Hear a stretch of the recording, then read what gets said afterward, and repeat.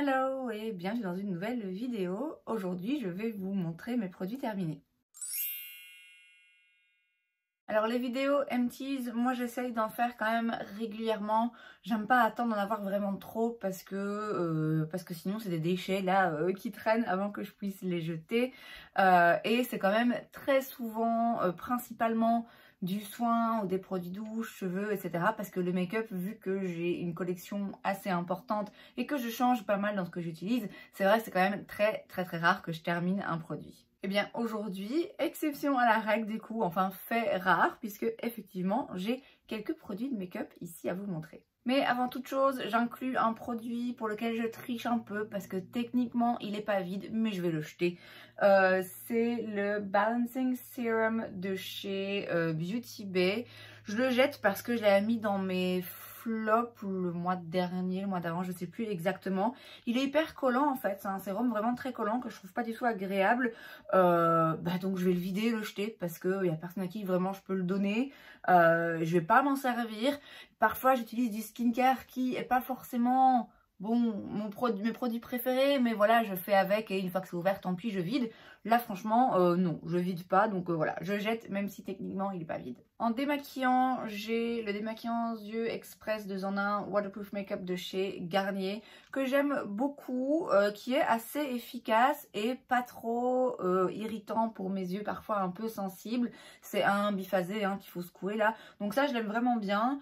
J'en ai un autre de chez Sephora que j'utilise en ce moment, mais ça je vais sûrement, très sûrement en racheter parce que c'est bon marché. Ça fonctionne, ça fait pas mal, donc ça fait partie des produits que je rachète quand même assez souvent. Autre démaquillant que vous avez vu et revu et re-revu, c'est le Buttercup, donc le baume démaquillant de chez Beauty Bay. Ça fait un moment que je l'ai terminé et que j'utilise un autre démaquillant qui me plaît clairement pas autant que celui-ci. Au début je me disais ouais mais ça va, je vais trouver d'autres démaquillants. Non, donc là j'en ai recommandé un, j'ai passé une toute petite commande de chez Beauty Bay où j'en ai pris même 2, du coup c'était un kit avec 2 il me semble, comme ça j'ai un petit peu de réserve. C'est mon baume démaquillant absolument préféré de tous les temps, je n'ai rien à dire. Il me semble qu'ils l'ont reformulé, j'espère que ça n'a pas trop changé. Ça c'était vraiment, ouais, c'est mon démaquillant, il se retrouve dans chaque vidéo empties carrément. Et alors, autre produit pour lequel je triche, mais un tout petit peu, parce qu'en fait, il en reste pour 1 voire 2 utilisations. Donc je sais que là, avant la fin du week-end, parce que là je vous filme ça, on est un samedi, avant la fin du week-end, il sera mort. Donc je l'inclus déjà maintenant, comme ça je pourrais le jeter directement.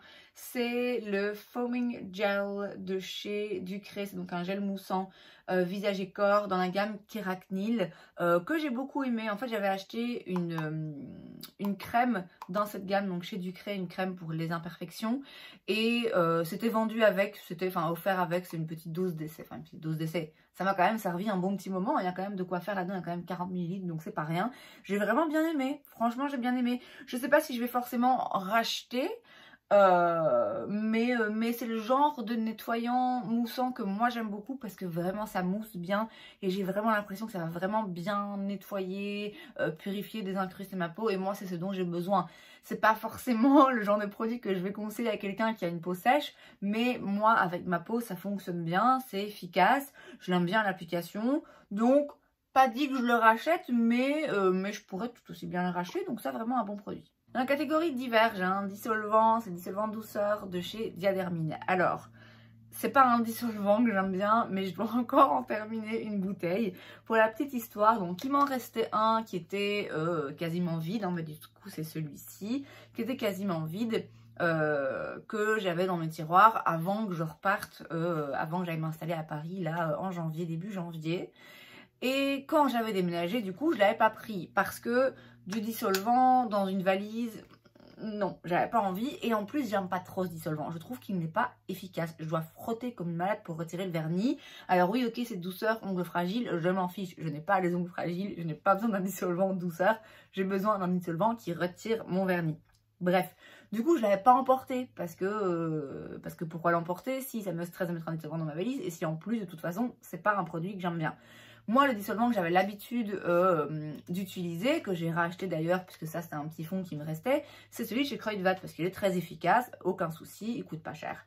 Quand j'ai emménagé à Paris, bah, il n'y a pas de Kruidvat. Un jour, j'avais mis du vernis et il commençait à s'écailler, donc il fallait que je le retire. Et donc, je suis repassée vite fait en revenant du boulot dans un petit supermarché, mais un petit truc de quartier pour trouver du dissolvant. Et surprise, surprise, le seul qu'ils avaient, c'est celui-ci. Du coup, j'ai une autre bouteille là que je dois terminer. Ça me gave parce que je le trouve pas efficace. Tout ça pour dire que, donc là il me reste un tout petit fond que j'ai enfin fini et que je le rachèterai pas, c'est terminé. Je vais chez Kruidvat et je vais m'arranger pour en avoir toujours un d'avance parce que vraiment moi je le trouve pas efficace. Alors après si vous avez les ongles sensibles et que vous voulez un truc en douceur, ok, mais non, moi il me faut du bon dissolvant avec acétone. Un produit corps, c'est la mousse de douche de chez Rituals. C'est dans The Ritual of Joy. Oh, c'est très bizarre de ressentir cette odeur parce que bah, je l'ai utilisé de nouveau principalement quand j'étais à Paris. C'est ma cousine qui me l'a offert pour Noël cette année. J'avais jamais testé les mousses de douche et c'est vrai que c'est très agréable, très onctueux. Ça fait beaucoup de mousse et tout. Donc ouais, c'est pas mal. L'odeur, j'aimais beaucoup. C'est le genre de produit que si je le reçois en cadeau, clairement ça me fait grave plaisir parce que je trouve ça très agréable, ça sent très bon, c'est une chouette texture, mais c'est pas le genre de produit que moi forcément je vais aller racheter parce que c'est quand même pas donné. Alors c'est un plaisir comme un autre, hein. Moi je préfère dépenser mon argent dans du maquillage pour le coup, mais c'est vrai que niveau gel douche, moi je vais voilà, limite au moins cher, mais c'est vrai que c'est très agréable. Je comprends l'engouement pour cette mousse de douche. Pour les cheveux, j'ai un shampoing sec de chez Baptiste, c'est celui avec qui est un petit peu teinté brun. Alors j'ai pas les cheveux forcément brun foncé, mais je trouve quand même que les shampoings secs c'est vite blanc, ça se voit, c'est pas joli. Celui-là comme il est un peu teinté, ça se voit moins.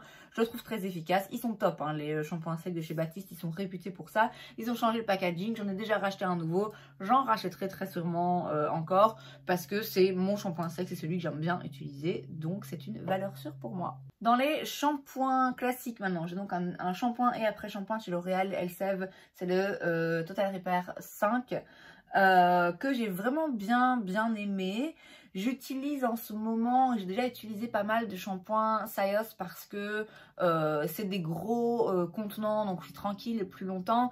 Et en plus, il y avait eu une offre chez Kruidvat où en gros vous en achetiez 2, vous en aviez 4, un truc comme ça. Donc c'était vraiment l'occasion d'acheter en grosse quantité pour faire des réserves. Mais c'est vrai que j'aime vraiment bien finalement les shampoings Elseve. Il me semble que j'en ai d'autres là dans ma réserve, mais d'une autre gamme à tester. Mais bon, je termine d'abord ce que j'ai. Donc ça, je suis pas contre l'idée de racheter. Un autre produit Elseve que j'ai déjà racheté et que je sais que je vais continuer à racheter, c'est le Wonder Water 8 Seconds qui est absolument incroyable. Je ne l'ai pas utilisé, bon celui-ci il est vide depuis un petit moment, mais j'en ai un autre dans ma douche qui arrive à sa fin aussi. Je ne l'avais pas utilisé pendant 2 semaines, je crois, 2-3 semaines peut-être.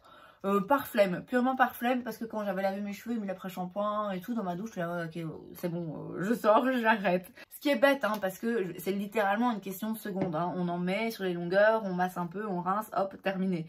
Et donc là, je l'ai réutilisé il y a du coup quelques jours, et quand j'ai séché mes cheveux et que j'ai senti après la texture, la douceur de mes cheveux, je me suis dit, mais t'es con, pourquoi t'as arrêté de l'utiliser? Donc ça, vraiment, j'adore et je vais reprendre l'utilisation pas quotidienne, mais à chaque shampoing. Et on termine avec le make-up, puisque en effet, fait assez incroyable, je vous l'expliquais dans l'introduction de cette vidéo, j'ai vidé des produits make-up, ce qui arrive assez rarement que pour le noter. Alors, après, on va pas s'emballer, j'ai vidé des produits sourcils, qui quand même se vident assez facilement. Dans un premier temps, j'ai le Brow Wiz de chez Anastasia dans la teinte taupe, et voilà, yeah. Plus qu'un tout petit morceau, donc pas assez pour faire les 2 sourcils, il y aurait moyen de faire 2 petits traits, mais c'est tout, donc il est vide. C'est franchement un de mes crayons à sourcils préférés, pour pas dire mon préféré. Ça me peine parce que franchement il est cher et je sais qu'il y a quand même moyen de trouver d'autres crayons à sourcils qui sont corrects, qui vont très bien et qui sont beaucoup moins chers. Très franchement, si j'avais des moyens absolument illimités, je pense que quand même, je finirais toujours par racheter celui-là. Et franchement, je l'ai déjà racheté quelques fois. Mais je dois bien me rendre à l'évidence que quand même, dépenser 20-30 balles pour un crayon à sourcils que je dois racheter quand même très régulièrement, ça m'emballe pas des masses quand je sais que je peux en trouver un pour 10 €, celui de chez NYX que j'ai aujourd'hui, qui est correct. C'est pas tip top la teinte que je voudrais, c'est pas tip top la texture que je voudrais. Ça, c'est tip top la teinte et la texture que j'aime, mais en soi, ça fonctionne très bien aussi. Donc malheureusement, ça, je pense que je vais arrêter d'en racheter. Autre crayon à sourcils que j'ai beaucoup aimé, qui est aussi devenu un de mes préférés, aussi bien en termes de teinte que de texture, c'est le Baby Hair de chez Woma. Ici, c'est la teinte 04. Il m'en reste toujours un en teinte 02 qui me va bien aussi. La 04 est quand même un petit peu plus appropriée pour moi. Bon, pareil, hein, là, il reste de quoi faire deux mini traits de sourcils. Beaucoup aimé ce produit que j'avais acheté complètement par hasard parce qu'il était soldé chez Beauty Bay il y a un moment déjà et que j'avais adoré. Il me semble que ça ne se fait plus, raison pour laquelle c'était soldé et raison pour laquelle je ne vais pas le racheter non plus. Et enfin, ma poudre Make Up Forever, c'est la Matte Velvet Skin. C'est donc un fond de teint poudre flouteur que j'ai, enfin que j'avais dans la teinte Y235. Alors, c'est pas à 100% vide, mais c'est tout comme. Là, clairement, je galère. Je galère tous les matins à essayer d'aller taper mon pinceau comme ça dans les coins et puis de le frotter au milieu pour que la matière, la poudre se répartisse bien sur tout le pinceau. C'est une galère sans nom. Donc ça me fend le cœur, mais il faut que je le retire de ma collection. J'ai pas encore réfléchi à du coup ce que j'allais utiliser pour faire mon make-up quand je travaille et que j'ai envie de faire mon teint, mais vite fait, j'ai pas envie de mettre un fond de teint liquide et tout, donc du coup un fond de teint poudre c'est vraiment l'idéal. Donc voilà, je vais bien être obligée de trouver une autre solution. Il se fait plus ce produit malheureusement. Sinon franchement je pense que je l'aurais racheté. Je pense franchement que je l'aurais racheté parce que avoir un fond de teint poudre sur lequel on peut compter, c'est quand même très utile. Après il y en avait un chez L'Oréal aussi que j'aimais beaucoup.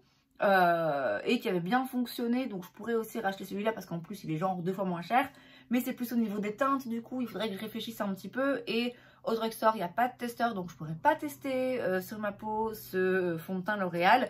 Celui-ci, je connais la teinte, je connais le produit, c'était vraiment parfait. Ils l'ont reformulé, donc en soi je pourrais très bien acheter la nouvelle formulation.